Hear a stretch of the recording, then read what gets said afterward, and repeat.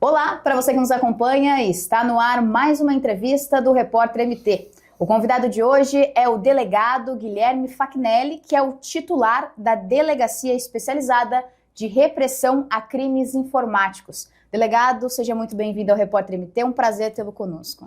Prazer é meu, Karina. Obrigado pelo convite, pela oportunidade de falar com a população por intermédio do site Repórter MT. É uma honra para nós da PJC, ter esse espaço de fala. Vamos falar um pouquinho sobre essa operação recente que vocês realizaram, que é a Operação Adolescência, onde descobriu ali um menor que disseminava discurso de ódio na internet, contra as mulheres. Queria que o senhor comentasse um pouquinho como é que essas denúncias chegaram até a delegacia, como é que vocês chegaram à casa desse menor, o que vocês encontraram com ele?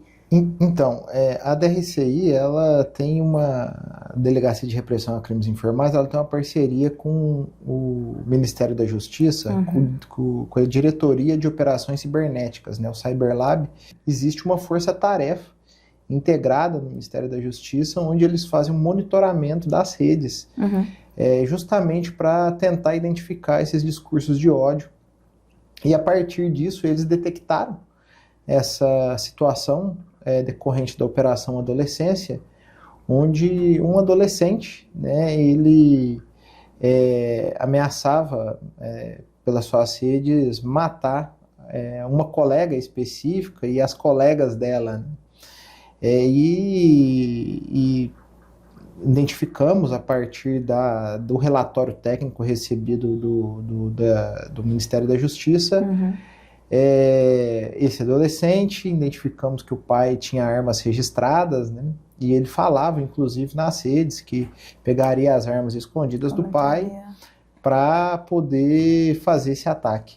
E a partir disso, um trabalho de campo, onde foi identificado residência, o comportamento, e a partir disso representamos judicialmente para que fosse deferidas as ordens judiciais, tanto de busca e apreensão em relação aos dispositivos eletrônicos utilizados por esse adolescente, bem como pela suspensão do porte de arma. Quando eu digo nós, não eu propriamente dito, a delegacia, porque foi uma investigação presidida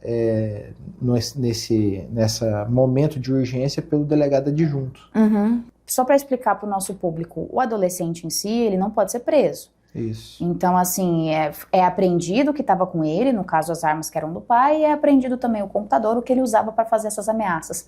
Mas no quesito criminal, alguém pode ser incumbido de se responsabilizar por isso?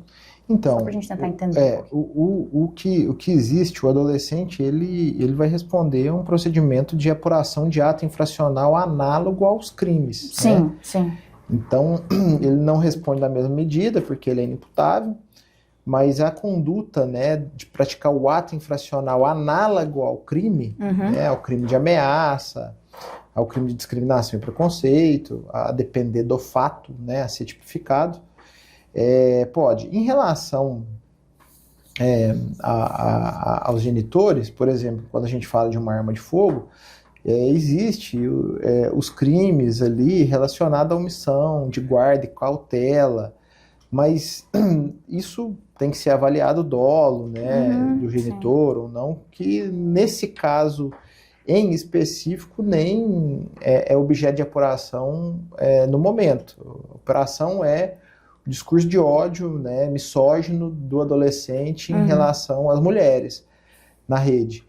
Sim. Então, na internet. Então, é isso que foi objeto de apuração ali, e tentar evitar uma tragédia maior, com uma intervenção rápida, Perfeito. Porque recebemos ali a comunicação do Ministério da Justiça mais ou menos por volta das 14 horas, e no dia seguinte, às 6 horas da manhã, a gente estava cumprindo as medidas judiciais. Inclusive, ressaltando, que o Poder Judiciário foi muito cirúrgico, em deferir essas ordens, porque permitiu a ação rápida da polícia. Hoje, a DRCI tem um levantamento sobre a quantidade de crimes que já foram reportados a vocês, que vêm sendo analisados por vocês, envolvendo a internet, pelo menos nesses primeiros meses de 2025?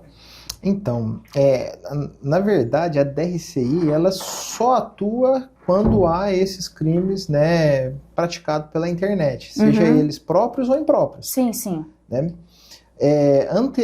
Então, assim, eu não tenho um número de cabeça para falar quantos crimes ocorreram, porque muitas vezes as pessoas confundem também achar que determinada conduta criminal, por ter sido utilizada a internet para cometer, seria de atribuição da DRCI. Não, nem tudo será de atribuição da DRCI.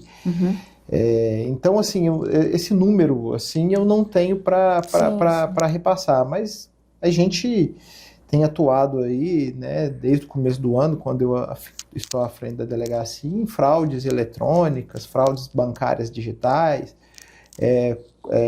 armazenamento de conteúdo pornográfico infantil, a realização, né, de produzir o conteúdo, né, pornográfico infanto-juvenil, isso tudo é objeto de apuração na unidade. Tem só um valor aproximado de mandados de prisão que foram emitidos pela delegacia para esses casos de crimes? Sim, esse ano já a DRCI, ela cumpriu 17 ordens judiciais de prisão relacionadas a esses crimes, seja informáticos próprios, seja informáticos impróprios. Delegado, só para esclarecer para o público, o que separa o próprio do impróprio? O próprio é que, obrigatoriamente, o agente terá que se utilizar da internet para cometer o crime. Ali vai ser o ambiente da prática do crime. Já o impróprio, ele pode ser praticado tanto na internet como fora da internet. Por exemplo, crime de furto. Eu posso ter um furto eletrônico e eu tenho furto físico. Entendi. A difamação, a calúnia, a injúria, ela pode ser a física, né, por uma carta, mas também pode ser por meio de uma rede social. Sim, entendi. Perfeito. Delegado, falando sobre esses outros crimes que a gente citou aqui, porque pela internet mesmo, desses crimes que vocês têm mandado de prisão em aberto, é importante a gente ressaltar que não são só crimes de misoginia, de ódio às mulheres, não. Tem pedofilia, tem extorsão, tem abuso. Desses 17 mandados de prisão em si, a maioria deles foi por qual desses crimes? Só pra gente mensurar mais ou menos. Foram envolvendo as extorsões pelos meios digitais. Extorsão pelos meios digitais. Por exemplo, o crime de extorsão, ele é um crime informático impróprio. Sim. Porque ele pode ser praticado fisicamente. Nesse caso, que a gente teve esse número expressivo, foram 12 mandados de prisão só relacionados a crime de organização criminosa e extorsão, naquela modalidade sextorção, e ele é um crime que poderia ser praticado, né, extorsão física. Então é um caso de informática impróprio. Então, em razão da complexidade na apuração e do alto valor, foi para a delegacia. Entendi. Delegado, eu queria aproveitar, nas últimas semanas, a gente viu uma notícia bem impactante de uma garotinha de apenas 8 anos, que morreu no Distrito Federal depois de participar de um desafio nas redes sociais de inalar desodorante. Tava um desafio que estava correndo nas redes sociais, ela foi participar desse desafio e acabou vindo a falecer.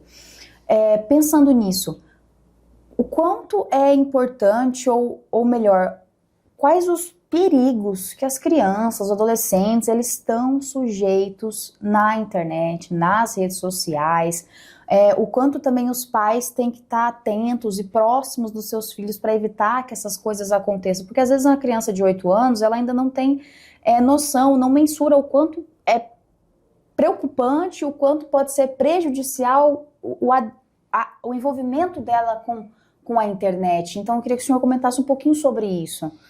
Então, essa é uma parte que também me preocupa muito, né?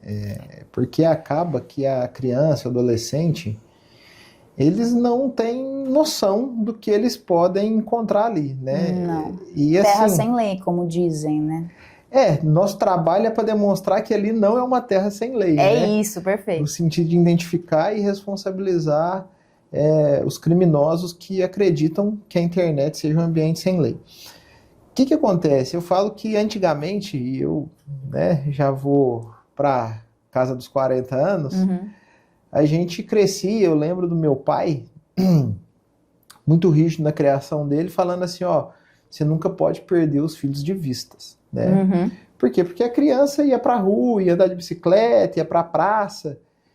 Hoje em dia, o que está acontecendo? As crianças não estão indo para as praças, não estão indo para a rua, porque a rua também tinha seus perigos. Lógico. Como tudo na vida, tem a parte boa e a parte ruim.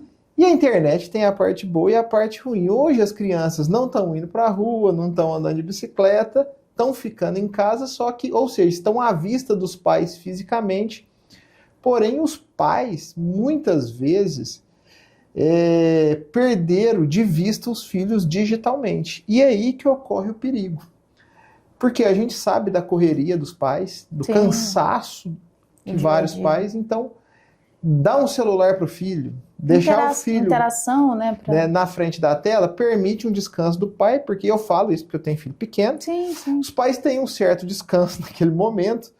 O problema é que a gente não sabe o que vai ser acessado a partir daquilo, né? Então, os pais eles devem fazer esse controle rigoroso sobre com quem os filhos conversam na internet, quem é essa pessoa, o que eles estão acessando, o que estão assistindo, o que estão assistindo. Acompanhando. Por exemplo, uma operação que a gente fez no começo do ano, né, para cumprimento de mandado de prisão e busca em Caldas Novas, as crianças estavam jogando um jogo que é muito popular entre crianças e adolescentes, que era o Roblox.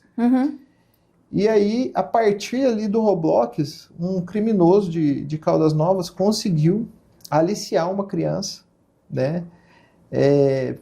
Foi do Roblox, foi para o Instagram, e do Instagram conseguia pedir fotos, né? Então, era uma criança ainda, 11 anos, né? Ele tirava fotos dele, tirava foto do seu irmão ali, que contava ali, acho que com 7 ou 8 anos. Que absurdo. E a partir disso, de um jogo aparentemente inocente, né? Inocente, a criança estava sendo vítima. E depois que a criança perde a sua inocência, é muito complicado. É muito complicado. Então, os pais eles têm que ser vigilantes, né? Vigilantes, eu falo que criança e adolescente não tem privacidade. Porque quem quer ter privacidade, né, tem que pagar a sua internet, tem que pagar seu celular. Tem a própria vida, tem que ter a própria vida, né? Sim. E criança e adolescente a gente sabe que não tem isso. Então não tem por que se falar em privacidade, os pais têm que ter uma vigilância constante, verificar, né? Igual eu lembro do meu pai. Com quem que é esse amigo aí da escola que você vai jogar bola? Quem que tá indo lá jogar bola? Da mesma forma... Quem que é a mãe? Quem que é o pai? Tá indo onde? Fazendo o quê? E isso, da mesma forma, os pais têm que... Quem que é essa pessoa que você está conversando no Instagram? De onde você conhece? E os pais têm que ter um cuidado diário com isso e verificar isso de forma diária e constante. Por quê? O que a gente percebe? Tem alguns pais que são bem cuidadosos e ao perceberem essas ações procuram a delegacia. Só que os filhos, já antevendo isso, o que eles fazem? Apagam conversa, né? Às vezes, justamente para encobrir dos pais. E quando se vê diante de um problema, porque sabe que os pais estavam preocupados e se veem refém e vítimas desses criminosos virtuais, eles ficam com vergonha de procurar os pais. Então, o pai também tem que ter um trato, né? Tem que ser duro, vigilante, constante, mas deixar um canal aberto para que os filhos possam, se vítimas, também procurar esses pais e explicar o que está acontecendo, saber que ali é um lugar de refúgio, né? sentirem confiança também, de se abrirem, de conversarem com os pais. Os pais são autoridades dentro de casa, obviamente, na vida dos filhos, principalmente, ainda mais adolescentes, né, crianças, mas tem que ter esse caminho também aberto para que conversem, para que se abram, para que sintam confiança em contar, olha, papai, mamãe, fulaninho de tal, que eu não sei quem é, me mandou uma mensagem, tá pedindo uma foto minha, porque começa, na maioria das vezes, começa assim, pediu uma foto minha, pediu uma foto do meu irmãozinho, quer saber se vocês vão estar em casa tal dia, começa nessas minúcias, né, tem que deixar esse espaço aberto para evitar que os bandidos, se você não dá, eu imagino que seja assim, se você não dá talvez a atenção necessária, o cuidado, o espaço aberto para conversa com seu filho, pode ter certeza que quem está com a mente criminosa está preparado para ocupar esse espaço. Está preparado, com certeza. De roubar essa atenção, de se fingir ser uma pessoa carinhosa, uma pessoa que quer estar por perto e na verdade está com um planejamento ruim na cabeça. Delegado, só pra gente já finalizar esse bate-papo, esse caso específico da garotinha de 8 anos que faleceu no Distrito Federal por causa desse desafio, ele reabriu assim uma discussão, um debate de novo da questão da regulação, a necessidade da regulação das redes sociais. O senhor, como delegado de polícia, acha que talvez esse seria o caminho para evitar novos acontecimentos como esse? Falando desse crime, que querendo ou não fez uma vítima desse desafio, mas de outros que a gente comentou durante o bate-papo, pedofilia, misoginia pela internet. Então, o que acontece? Se você for pegar algumas redes sociais e aí qualquer aplicativo, você vai ler essa política de privacidade, tem alguns que tem alguma política de privacidade mais, como é que fala a palavra, um pouco mais dura, né? Um pouco mais dura. Vou dar um exemplo para tentar... associar, para ficar mais fácil. Para ficar mais fácil. Por exemplo, no Brasil, a gente não admite qualquer discurso de ódio. Sim. Isso é fato. A gente tem posições do Supremo Tribunal Federal falando assim, aqui a gente não admite o hate speak. E o hate speak nada mais é o direito de dizer o que quer, da forma que quer, sem ter censura. No Brasil, a gente sabe que não pode falar o que quer, tem limite esse discurso. Tem uma barreira. Tem uma barreira. E a maioria das plataformas, elas são de fora. Então, a gente sempre tem essa guerra. Precisa de um controle? Eu acho que precisa, né? Precisa, mas assim, já está na política de privacidade ali a quem eles se submetem, mesmo se submetendo às autoridades brasileiras, com ordens judiciais, a maioria tem entregado as respostas, tem feito as preservações. O que eu falo? Eu falo assim, que o maior controle tem que ser dos pais. É isso que eu ia te perguntar agora, porque se a gente já tem essas políticas de privacidade, já tem uma regulamentação ali do STF que coordena... Sim, por exemplo, a gente vê que a maioria dos adolescentes e das crianças hoje, eles preferem plataformas como o Discord, o Telegram. Talvez uma forma dos pais limitar isso, falar assim, você não vai ter acesso à plataforma X, à plataforma Y, perfeito, né, e vou ter acesso a tal plataforma, porque a depender de tal plataforma... por exemplo, você vê aqui no Brasil que tem algumas publicações quando o Instagram ou o Facebook entendem que ali já está infringindo o discurso de ódio. A gente não está nem falando assim de crimes mais graves como os casos de abuso sexual infantil pela internet, né? Eles mesmos limitam aquele conteúdo, não deixam o seu alcance, né? Não deixa ter um alcance muito grande. É lógico que a inteligência artificial ali que faz esse monitoramento da rede pode falhar. Mas, de fato, eles já fazem isso. Então, vai muito do pai falar assim, não vai ter o acesso. Não vai ter o acesso. Limitar ali, né? E eu sei que hoje a gente vive num mundo digital. Totalmente. E os pais ficam naquele conflito, né? Eu vou proibir meu filho porque sendo que ele está inserido nesse mundo digital, né? Se você vai deixar ter, olha a política de privacidade da plataforma, verifica. Hoje a gente dá uma pesquisada na internet, a gente vai ver quais são as plataformas que mais têm tido esses problemas. Já limita seu filho e outra.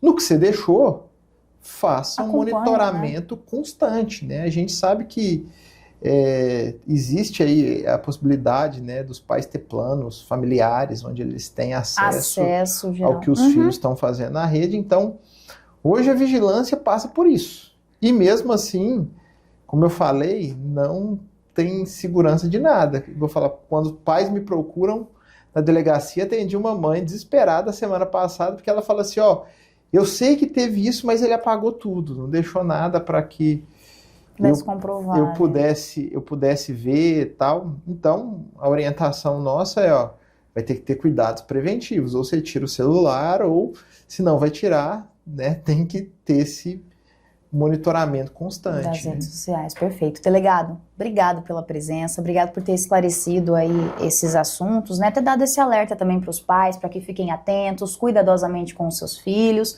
Não é proibido ter celular, não é proibido deixar ali, é o que o próprio delegado explicou, é um momento de descanso às vezes para os pais, né, mas deixe esse caminho aberto com o seu filho para que ele confie em você, possa conversar com você sobre tudo que está acontecendo e evitar que chegue num nível tão alarmante de crimes, de descobertas, de vítimas sendo feitas aí por criminosos na internet. Delegado, obrigado mais uma vez. Obrigado, Karine. Obrigado mais uma vez ao Repórter MT. É isso. E assim chegamos ao fim de mais uma entrevista no Repórter MT. Esses e outros conteúdos você confere no site repórtermt.com. Até a próxima!